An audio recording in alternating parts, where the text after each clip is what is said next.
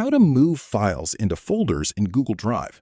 So this is a great way to keep your documents and files organized. Now, the first thing you need to do is open up Google Drive in your browser and make sure you're signed into your Google account.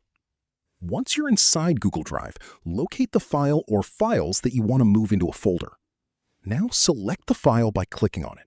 If you want to select multiple files, just hold down the Control key on Windows or the Command key on Mac while clicking the files. Once your files are selected, head over to the top and click on the 3 vertical dots for more options. From the menu that appears, click on Organize and select Move. Now browse through your Google Drive folders and select the folder where you want to move the files. Once you've selected the folder, click on the Move button in the bottom right-hand side.